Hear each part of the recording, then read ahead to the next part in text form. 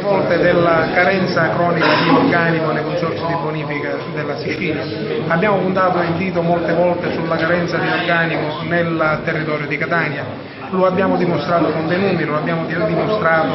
con quelle che poi sono delle reali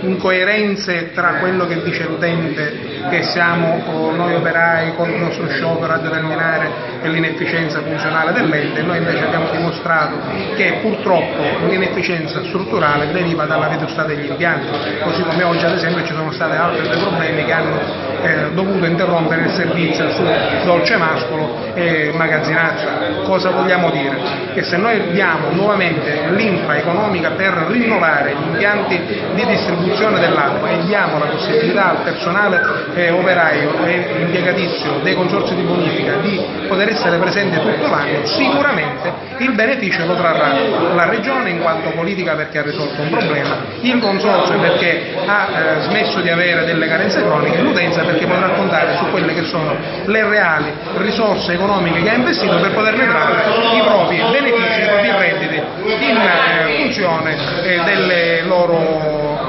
campagne agricole messe a disposizione.